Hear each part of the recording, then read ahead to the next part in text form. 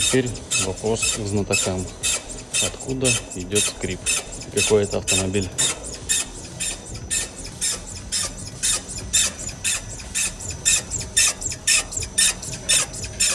Варианты ответов: от суппорта, от шаровой или от стойки стабилизатора.